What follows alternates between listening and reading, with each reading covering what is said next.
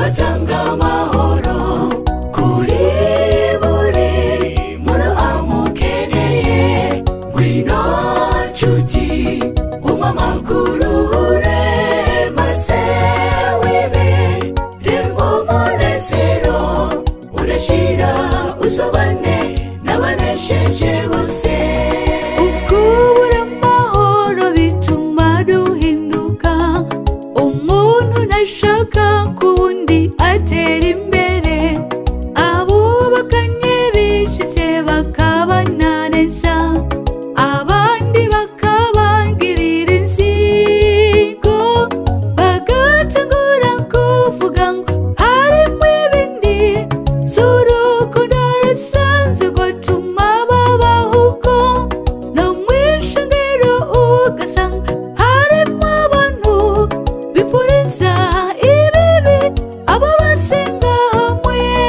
Yesu Kristo niwatanga amahoro kuri buri muntu amukeneye. Ngwino nshuti ump'amakuru maze wibere mu munezero udashira, uzobane n'abanesheje bose. Yesu Kristo niwatanga amahoro kuri buri muntu amukeneye. Ngwino nshuti ump'amakuru maze wibere mu munezero udashira, uzobane n'abanesheje bose.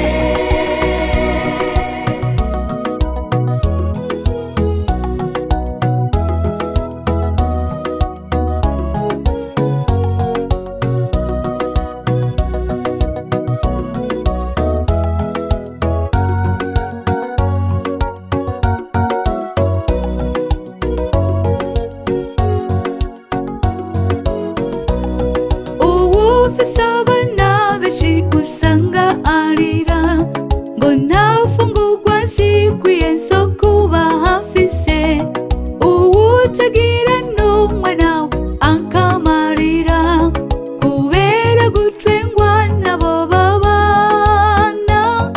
Uwize ntaronka akazi bikamubabaza, uwugafise nawe ngo amahera ni make.